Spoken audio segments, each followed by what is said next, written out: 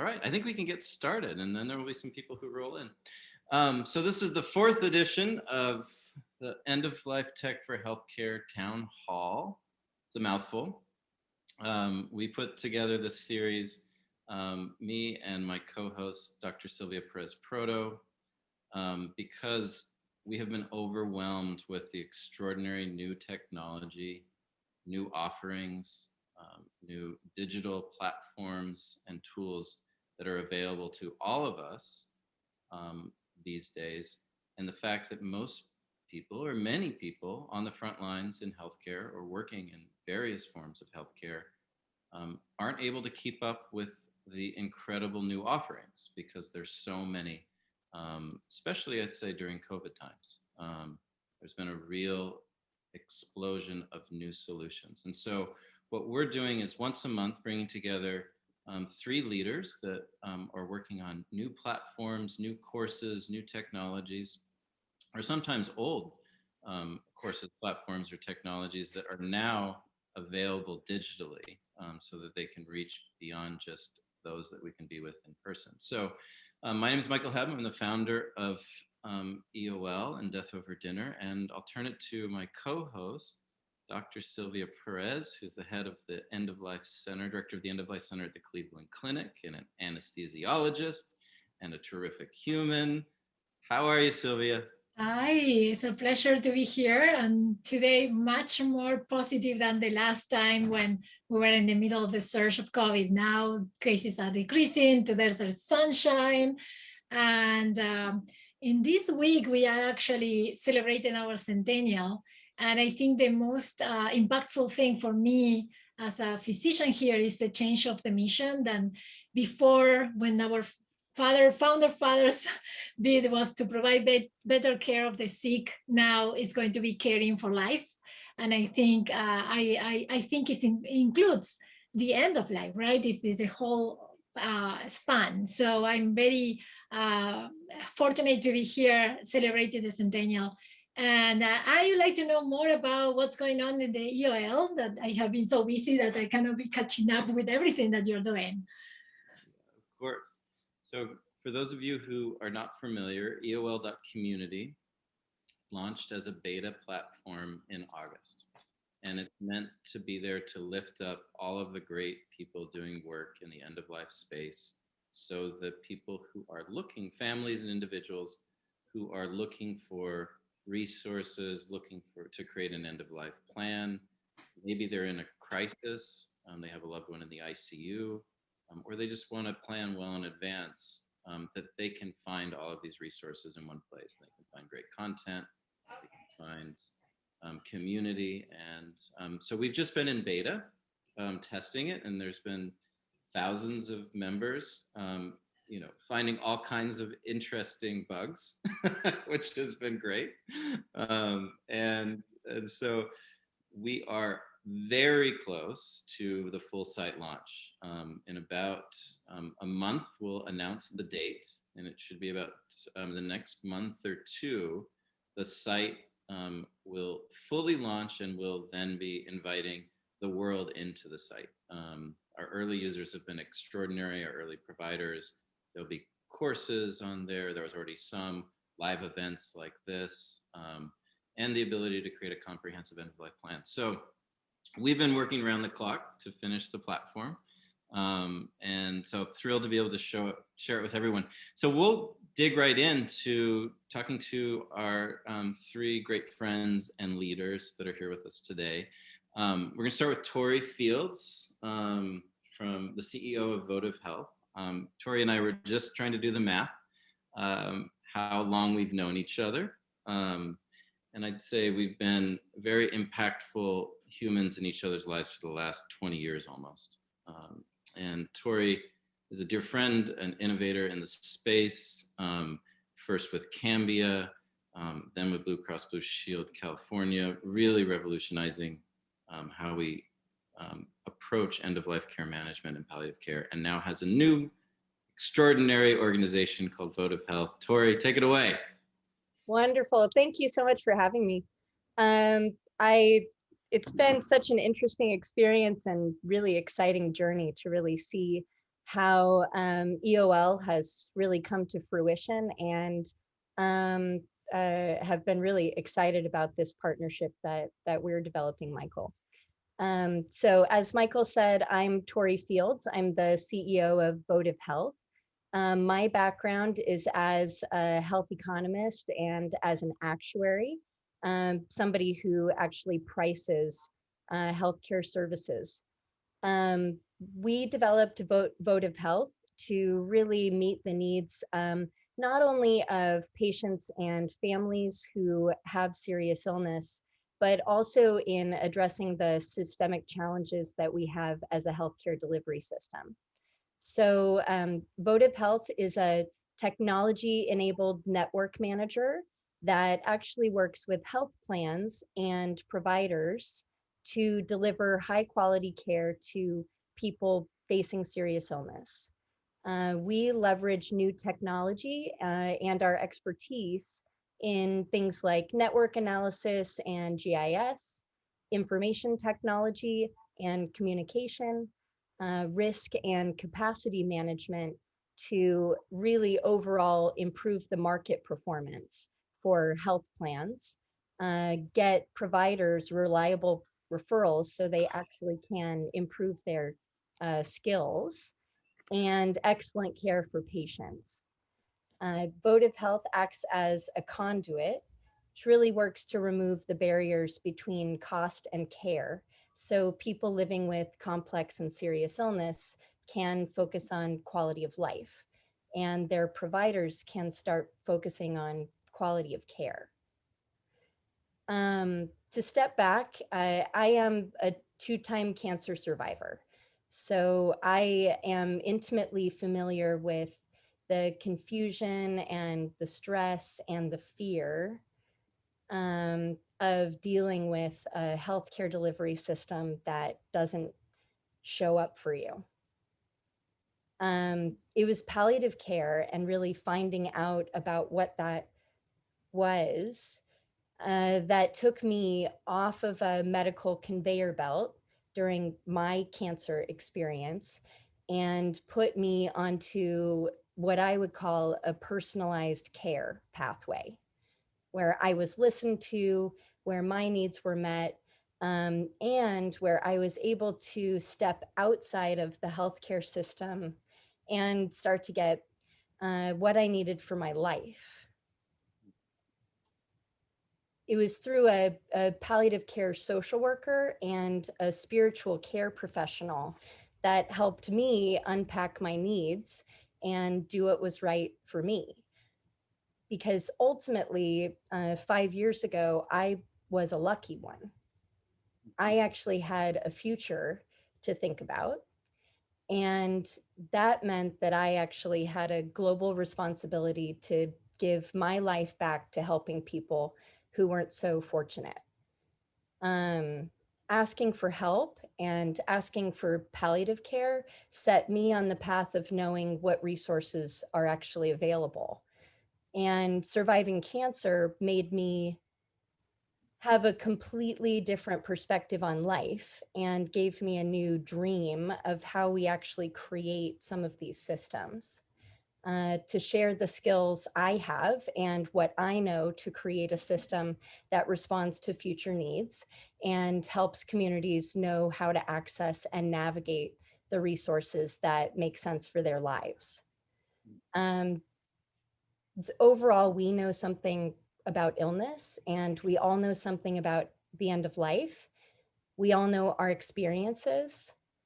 And more often than not, what actually matters is the things that you don't see, the things that you don't realize, that you realize aren't available. And if I hadn't studied the healthcare system, and quite frankly, had the opportunity to take part, as Michael was saying, in improving some of it, I wouldn't have actually known that there were more resources available to me.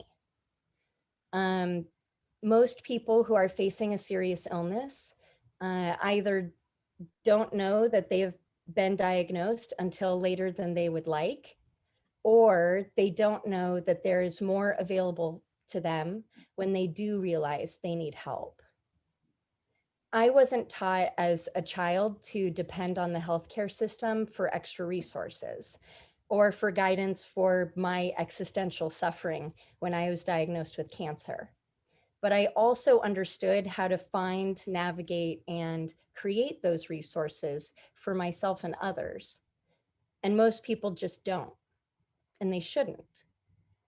The healthcare system is changing so quickly and technology is changing so rapidly that we need a high quality source of information and resources so that when life gets overwhelming because of a diagnosis, someone is reliably there to help.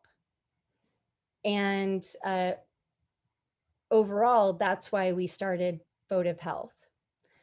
We believe that people and their care teams have the right to maintain hope, even when you can't improve the outcome for a patient, to be cared for by one another and by the healthcare system, and to achieve toward a common goal, which really should be better quality of life and better quality of care.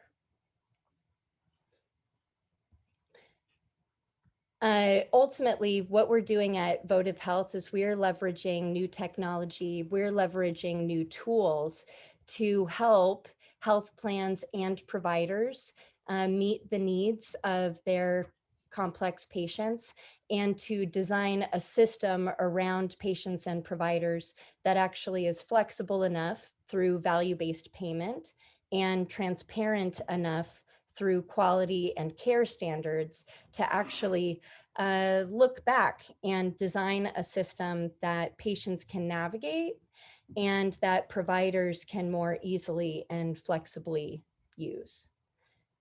We're really early on in our process. We're just really launching this year.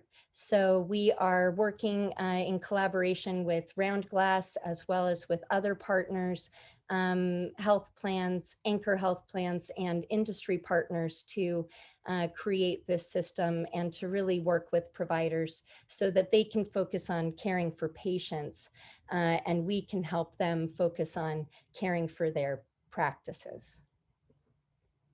Looking forward to sharing more and to taking your questions later on.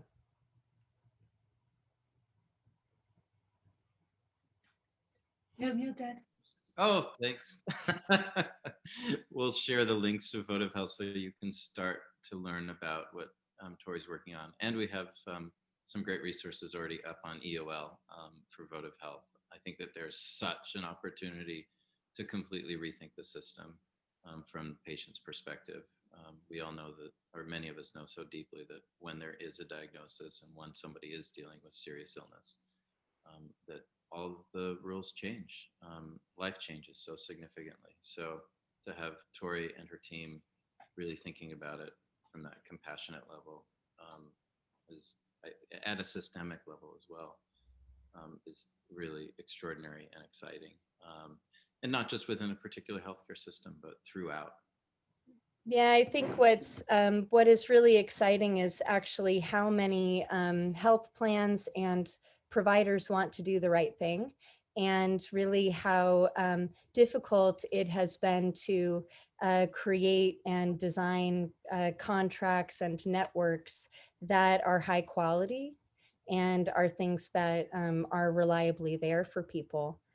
We know that there are more and more people with serious illness every day, and that we need to transform the delivery system fast so that more people can get care at home and make sure that they're actually being represented in their care, even as their providers are really trying to do what's best for their bodies. It's so important. I can see Silvia just nodding her head. My question to you is, and I see your understanding of the healthcare system and where are the breaks and the challenges to navigate. And sometimes us trying to deliver better care is what metrics you use, because sometimes the metrics are not goal concordant metrics. So my question to you is, do you have thoughts about what is the best measure or measurements to follow if you are doing a good job or not? So this is really, it's very important. So what we're really bringing is a new standard of care for people with serious illness. We make it very transparent for our providers to understand what evidence-based high quality care looks like and what they should expect. So the first piece of what we do is we actually assess our providers, understanding the services they're delivering today, and then really helping them understand what the high quality standards, staffing ratios, services are, et cetera, so that they are confident when they're delivering care to patients and families. So that's the first piece, is really the entry criteria. The second, as you asked, is really about the metrics and measures that you want to use, and the opportunity with value-based payment and this the opportunity with health plans is to create a cross-section of metrics that look at the overall performance and quality, not only of the patient, but of the network that supports them.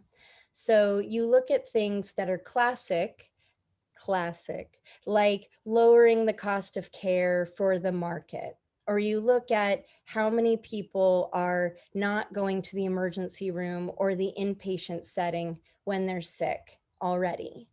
And you can look at that, but you also need to match it with patient experience measures. Yes. And what we ultimately, we couldn't really do that unless somebody was accountable for the person holistically.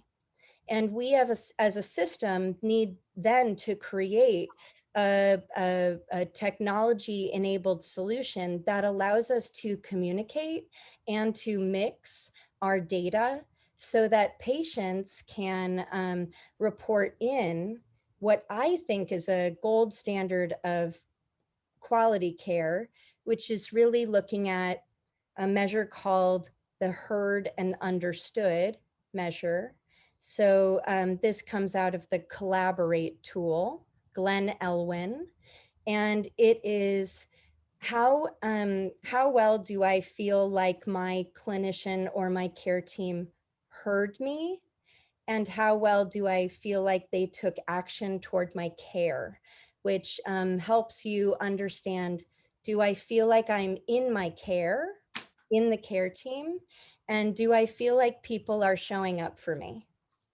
And that really transforms, the patient care experience when we can then report back to providers more reliably what their patients think and how they need to change.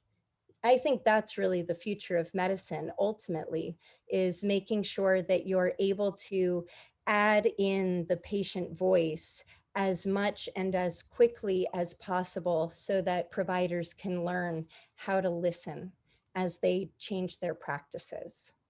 Yeah, in real time, right? Not Absolutely. after the patient went home, then we Can't be. oh, we miss it.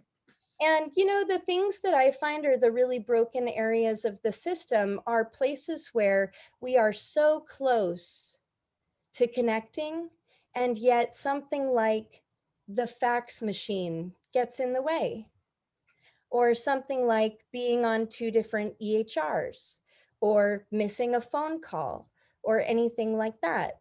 And we're in too rich of a technology-based society to have these problems. And so ultimately what Votive wants to do is create accountability through better contracting, smarter contracting, and better information and engagement tools so that you're able to choose the right provider and then choose the right pathway for your care. And we're going to, I know that we can continue on that because Silvia and you and the rest of the people on the call definitely want to know more. And we're going to switch now to Oceana Sawyer, who has become a dear friend over the last year or so, and been a huge inspiration to me. We first connected around our shared passion for living funerals. Oh, yeah. But Oceana is a end-of-life doula, a funeral celebrant, and comes from a long history of being an HR leader and has been doing incredible work in the end-of-life space.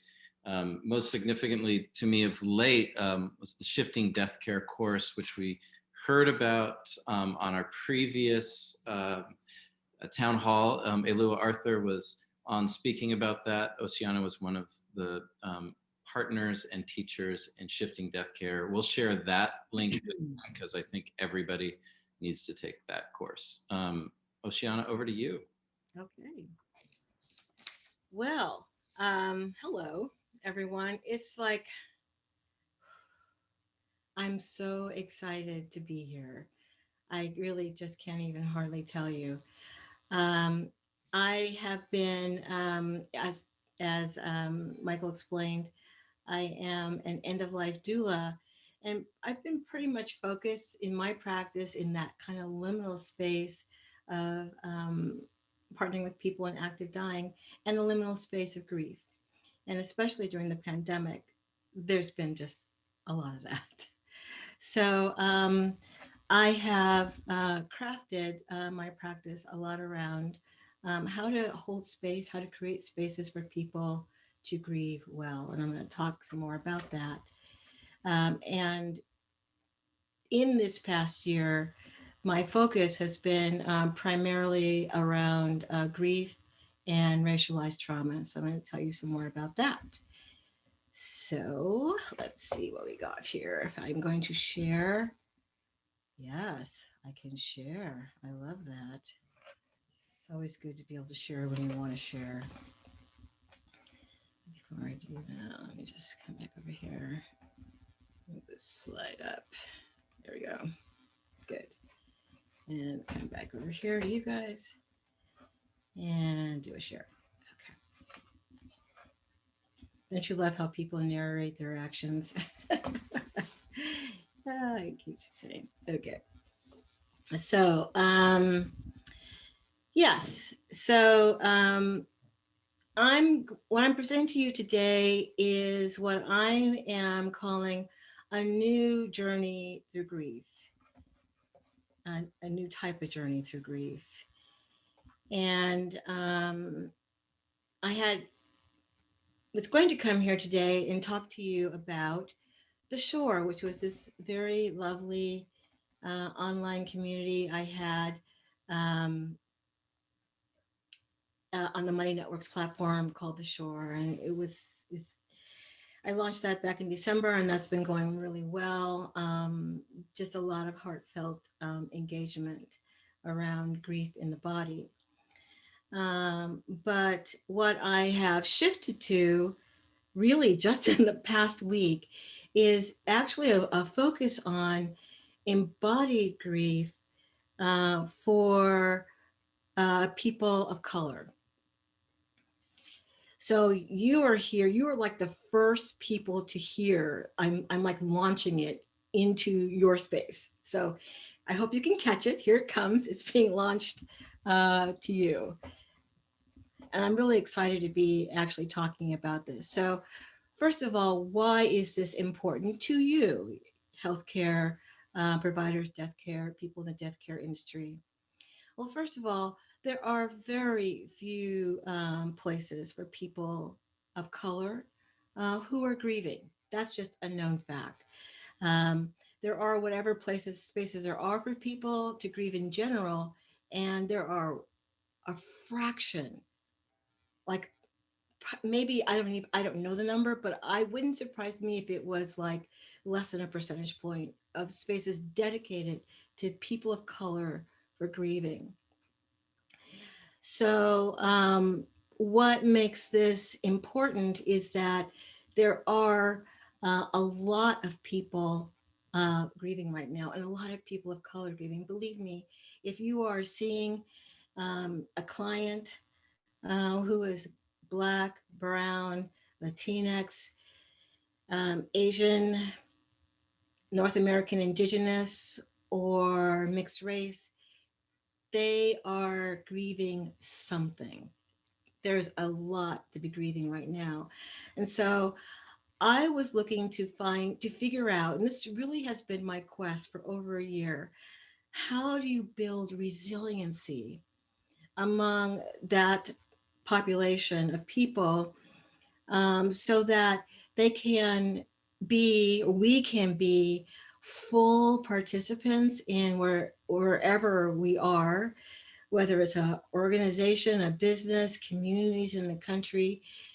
How do you take a people who have been so thoroughly, systemically, historically, and currently impacted by systemic oppression, racism, white supremacy, and provide them spaces to recover from that impact, even as they are grieving the multitude of losses that we're all experiencing and are deeply impacting people of color. So my unique approach to end of life and grief in general is what I'm calling a centrally embodied methodology to grief, centered in a context that acknowledges current and historical racial trauma. And so before you guys get all like, whoa, what is this word centrally? I always debate about using this word centrally because it has these sexual connotations. But truly, when I'm using the word, I'm using it in terms of all of your senses. So how do you approach grief using from the perspective of the body and through the lens, engaging all of your senses to work with that grief, locate the grief, work with it, and metabolize it so that there is, it becomes a source of resilience. I firmly believe that grief, the grief process, the grief space, the grief journey can be the very thing that builds resiliency and grows you up into an elder, if you will, into your life. So what I'm about to launch next week, actually, it'll be a week from today. Thursday, I'll be launching a 9-month research project to integrate embodied grieving and vigiling from a somatic abolitionist perspective for the purpose of fully utilizing the liminal space of active dying and grief to heal generations of racial trauma, both past and future. And somatic abolitionism is simply a living, embodied anti-racist practice and culture building, a way of being in the world. I mean, really fully present in the world as it exists today, not a fairy tale future world where we're all, hanging out doing kumbaya, but the real world as it exists today. And that's important because one of the aspects of looking at grief and racialized trauma from this perspective is that you create enough healing and resiliency that people who are impacted can actually be the creators of what comes after we dismantle systemic oppression. I mean, it's and that's work that should be done. Believe me, I'm not denigrating that in any way. Anybody who's doing social justice work, please keep doing it. And I also see another space for building um, well-being and creativity and generativity by actually addressing the grief, the loss, the wounds of not only death, but also the losses having to navigate systemic racism in this country. So how you do that is a return to some age-old wisdom of human bodies, respecting, honoring, resonating with other human bodies. So this will be done in community. And of course, it's not exclusively based on a goal, an attitude or belief, or an idea, a strategy, a movement, a plan. You know, it's truly has its home in the body, other bodies on this journey, resonating with each other and healing the process. So how, what is this place that this is going to happen? Well, not the shore, but now it's going to happen in this Patreon playground that I'm creating, the grief, my grief terrain. And there's going to be a couple of tiers. Initially, there's the Explorer tier, which will be open to everyone. And you'll have access to a curated body, primary and secondary research in the area of embodied grief methodologies for people of color and somatic abolitionism that will be updated regularly. You'll also have access in that tier to a community of other explorers in this area. And my experience with the shore has taught me a lot about how to create engagement in that community. And I'm really hoping and knowing that that's going to be a rich community for explorers to communicate and relate around these topics. And then there'll be a monthly 1 hour call. And the other tier is going to be open to people of color only. And this is important because what I have seen in the death cafes that I facilitate in other POC only spaces is that when people of color are outside of the, we'll call it the white gaze, they are more open and honest. And my experience is that is also true of people with white bodies or white passing bodies. That, you know, there's all this conversation around race, ethnicity, white supremacy is still really new and really tricky to do in mixed spaces and in all-inclusive spaces. So my goal is to create safe space for people of color to just unfurl and sink into their grief, the losses, and the trauma that they've experienced, so they can heal and become more fully, and I've said this already, generative participants in the spaces that they're in, organizations, communities, and the nation, actually. So in this tier, POC only, everything that the Explorer tier has, plus access to additional primary research, that's my research, evolving community engagement with the possibility of affinity groups by ethnicity, depending on size and desire of the people in the group, and free admission to any workshop that I'm offering in 2021. And then a weekly live call with some occasional guest speakers. My experience is that those weekly calls is really where the juice happens, the transformation happens, because you know you're in community with other people. Your stories are heard and witnessed, and you can access the body in a way that you can't necessarily by yourself. So what's the goal of this new playground? Well, the goal is to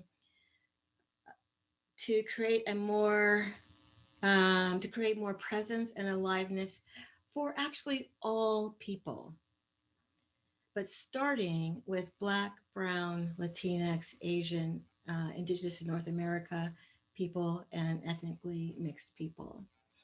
Because I actually don't know how to say this other than plainly. The aliveness, the well-being, the healing of the most impacted people among us is necessarily going to benefit all people. You know, you all have heard the saying, no one is free unless we are all free. So that is gist of that, I'm sure there's going to be many, many questions because I just giving you this very broad brush overview of this thing. But, you know, here's my contact information. You'll see more information about this Patreon playground that's going to be open to everyone in the coming days on these platforms. I'm sure there's stuff I had this whole script here I didn't even look at. But anyway, that's what that. I think that, I mean, what you shared was extraordinary and beautiful. And we will share this out as soon as it's ready for people to join. And hopefully we'll all see you over in the playground. And there are questions, but we're going to move on to Koshin, and then we can all chat. So Koshin Paley Ellison is a dear friend of mine and a sensei, a Zen monk and teacher, and also a Jungian therapist, and co-founder of the New York Zen Center of Contemplative Care, and so many things. But makes me happy every time I even just see his name, let alone that smiling face. And Koshin's going to talk about this incredible course, Foundations in Contemplative Care, that I think has been happening since 2007, and has impacted hundreds, maybe more caregivers, maybe thousands at this point, I think, and is now available digitally. Take it away, Koshin. Tell us about it. Well, thank you all, and thank you for being here. So good to be here. Let's take a moment to just look. We've received so much from Torrie and from Oceana, and from Michael and from Silvia. So I'm delighted to be here and to talk to you a little bit about foundations, but really what I want to talk to you about is how do we care? How are we actually, as Oceana was also talking about, this kind of sensual embodiment, how you are in your body is the care that you're offering. So many years ago, when we were beginning to think about what would be helpful in the world, we began to think about who are the people that we feel the most comfortable with by how they walk in the room, by how they sit down, not about what they say. Who cares really? And yet how they are in their body. So as the great writer Toni Morrison talks about, you know, why is too hard, but to take refuge in how. And so very much the New York Zen Center for Contemplative Care is that how are we functioning? So we, 14 years ago, Chodo and I had this idea like, well, who would be interested in this integration of spiritual practice and care? And we had come from lots of years of chaplaincy training and life training as therapists. And what we found in a lot of that work is that still the mystery was like this embodiment, the sensual embodiment. So glad, Oceana, that you brought that up, you know, because it's really in many ways the most important thing, how we are. And so we sent out a postcard and to some friends and said like, well, wouldn't it be cool if we got like 8 people who would be interested? And very quickly we had 70 applications for this year-long training, this 9-month training that is now going into its 15th year. And it's called Foundations in Contemplative Care. And for us, you know, the foundation is really what's most important. What are you standing on? And for us, it's about learning how to stand on the receptive ground. How are you really standing on receptivity? Because if we're not actually receptive and curious and open, like who wants that person walking in the room? And contemplative care for us is that integration. You know, very often we speak about caregiving and self-care, and now really popular is self-compassion. Soon there'll be like something self-empathy, self-this, self-that. Something you have to do on your own, for yourself. For us, the really key part of changing how we function and changing this pandemic before COVID was the pandemic of social isolation and loneliness. So it's not surprising in our systemic industrial complex of what we call a healthcare system, which is not really, is this kind of, you do it on your own. You have to figure it out on your own. You have to do your self-care. And Chodo, my husband and I, who's also a monk, we train doctors and clinicians across the United States and in Japan. And we hear again and again, like, oh, I'm so bad at my self-care. I don't have time for my manicures and my yoga practice and taking a walk in nature and these lists that they're given. Or I'm not good at my self-compassion. And for us, it's about how do we kind of distill these things into care, compassion. And for us, contemplative care is that giving and receiving equally. That we're interested in how do we form a care partnership so that we realize that we are the sensual embodiment. And if we're not caring for ourselves, we're not including ourselves in the care, then that's actually the care we're offering. This depleted being. So to me, it's about how we care. So the Foundations program is really just building a foundation of community. You know, many of our students from the past 14 years still are connected, still sit together. Some of them sit together every day across the country, around the world, still connect and support each other.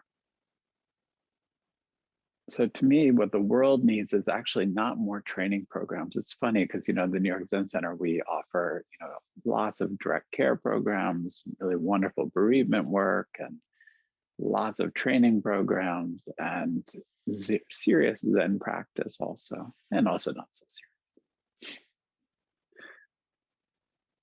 Because life is already serious. We don't have to be serious on top of it.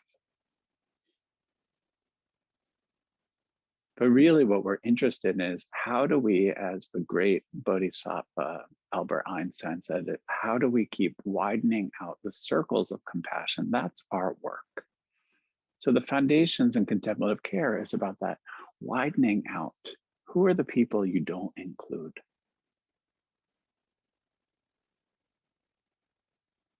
Who is it that is not included in your circle of compassion?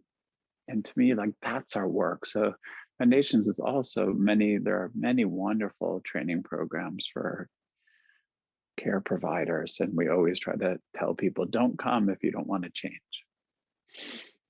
Or don't come if you want to just like get some tools and then go do that.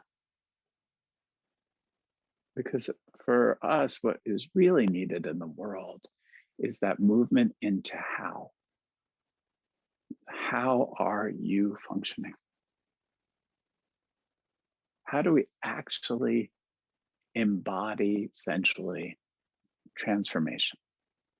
And to me, we only can do that by leaning into what is hard, leaning into the unknown.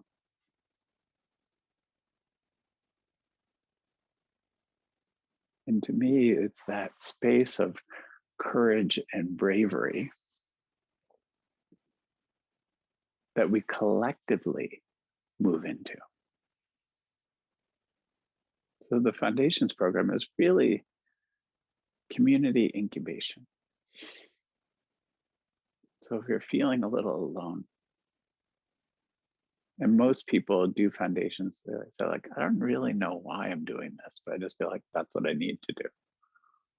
And we've had nurses and heads of palliative care do it. And we've also had Catholic nuns and yogis and acrobats and one acrobat rabbi. Not many programs could say that, perhaps. And but really it's about that kind of building of community. So what I'm interested in is how do we keep widening out that circle? How do we keep thinking and reflecting and challenging ourselves and each other, being good spiritual friends to each other, so that we can actually widen out, so that we can keep doing the work that is essential. I was talking to a woman I'm working with who's dying, and her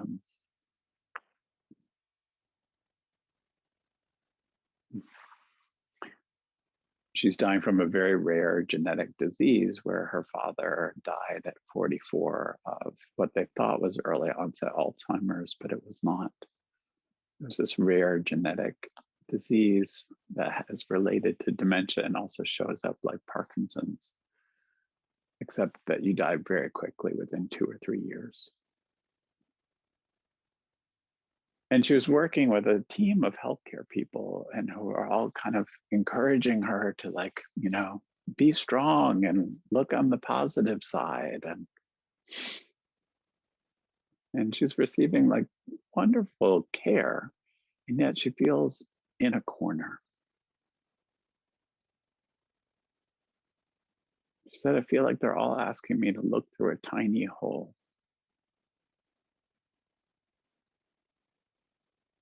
Of positivity. She's like, it's almost like they were putting down this big sheet of paper in front of me and we're like cutting out a little hole. Look through that. Brightness. She's dying at 33. And 2 of her siblings have already died. 2 of her other siblings are dying of the same disease. And 2 of her nephews. She's like, I can't just look through that hole. So what we've been doing is working on just tearing the paper down,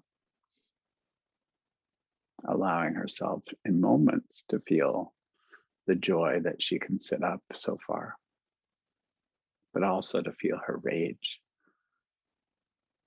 her sorrow, and her fear. I bring her in because I feel like that very often we forget what it's really about. We give ourselves like this little hole of busyness, this little hole of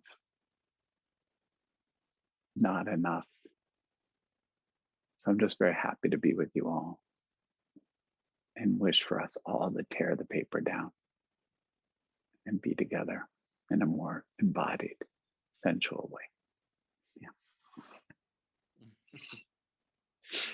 So beautiful.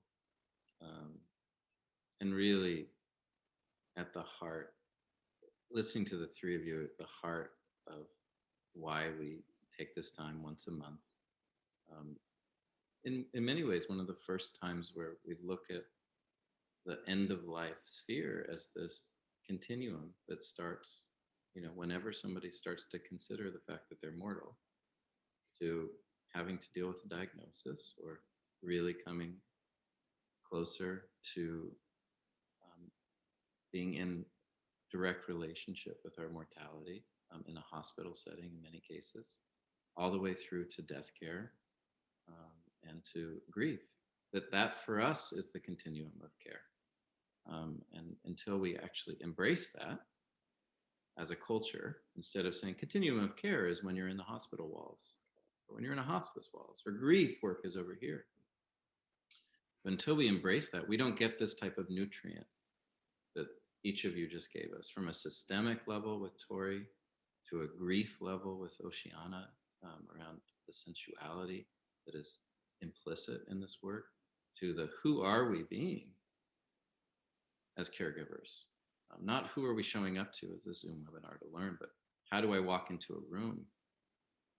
That kind of reminder. This is the nutrients that we get when we expand out to say the continuum of care is this big.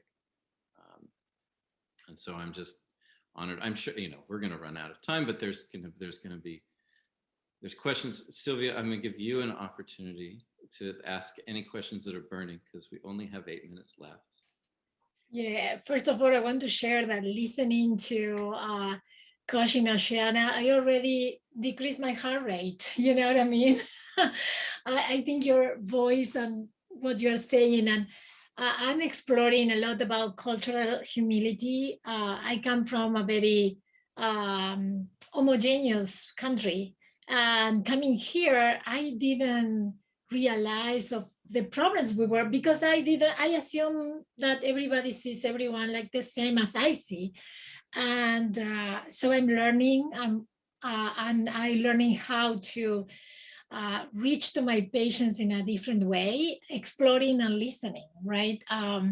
So I'm curious on how I can bring these tools to my patients when I see someone about to lose a loved one, or after I see them, how I can connect them to your resources.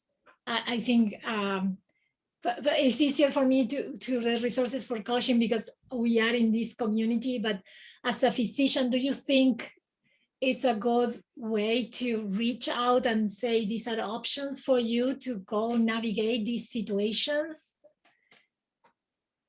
I would actually, I just had surgery the other day, and the anesthesiologist came over to me and was like, and I said, can you slow down?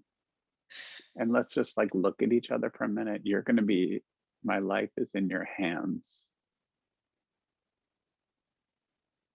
And he said, thank you. And so to me, what, instead of giving anyone resources, you're the resource. Yeah, it's good to give, you know, websites or whatever that is. But like, to me, how you are in your body, like Oceana was also talking about, like when you walk up to their gurney and say, hello, how are you feeling? What are your concerns? It doesn't take long, but it means such a great deal. So do you think that is enough?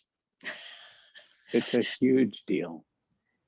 I think that, you know, I would agree. I think that what we have found is that even if you ask these simple things like, what are 3 things that I can do for you that are non-medical that I can help you with, or that would help me better understand how to care for you? I think, you know, bringing some of those things and holding space for someone, when I know just for me, I never, like, I needed an additional person on the care team who would help me sort through my treatment decisions. And I didn't need a resource, as you're saying, Koshin. Actually, a resource, I had many. I just needed some ears who wanted to hold space for me to sort through these decisions, because you schedule appointments so quickly. Thank you. I'm going to come at it from a slightly different, I'm glad I'm getting actually the opportunity to say that I am not a clinician. And so my space is for people who are already possibly in therapy. And this is just an additional resource for people of color who are looking to have community in which to grieve in. This is that space, in addition to whatever other modalities that they're approaching. Now, to answer the question that you another question you asked, which is how do you be? Because I hear this question a lot. And in fact, it is this question that had me change literally my model. Because I'm gonna, Koshin, you and I are just like we're one. Um, because that's how I was going to. That was my response. Also, you're not going to learn how to be with African American people in 5 easy steps.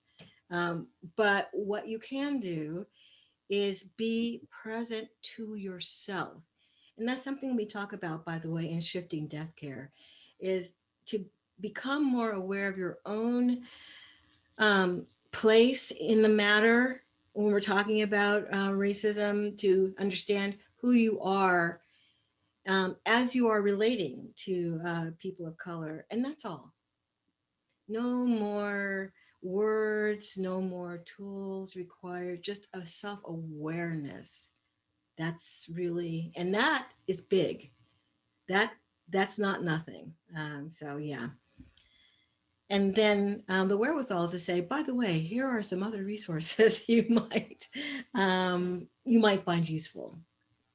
Recognizing that you are not going to be the end all and be all. Love this idea as that we are the resource. It reminds me of a story that a former mentor of mine, Michael Mead, would tell of. He invited this master acupuncture practitioner to host a training in Seattle, and everyone was looking for teach us, and what he opened with was gave everyone needles and said, put it in where you think you need it, and terrified everybody. They were like, what are you talking about? Show us where to put it. Show us how to heal arthritis. And said, get with yourself, think about where you need the treatment, and put the needle. And then went through and showed how everyone, even people who had never done acupuncture, how they had hit the major meridian around their major symptom. There's some magical thinking in that, but it's a reminder of the fact that we are the resource. And I also want to just shout out to Amy Green, who's been an inspiration to many of us on the call. Incredible chaplain and leader. She wrote in the chat, I love to ask people what their worst fear is. And she's talking to a lot of people when they're facing death. It is often not death or even pain. It's often much simpler, and their naming it reduces its power. So time is precious and we've run out of time. Thank you, Silvia, for always being here and doing this with me. Thank you Thank you so much. It was a pleasure to learn from all of you. Yeah. What a gift. Thank you, Oceana. Thank you, Koshin. Thank you, Torrie. Thank you, Kaylee Cole, behind the scenes for making this magic. We will have this recording for people to share. We will put it into different segments so you can share just different segments in the future. And we will continue to share this work with the world. We'll see you next month. Bye, everyone. Bye.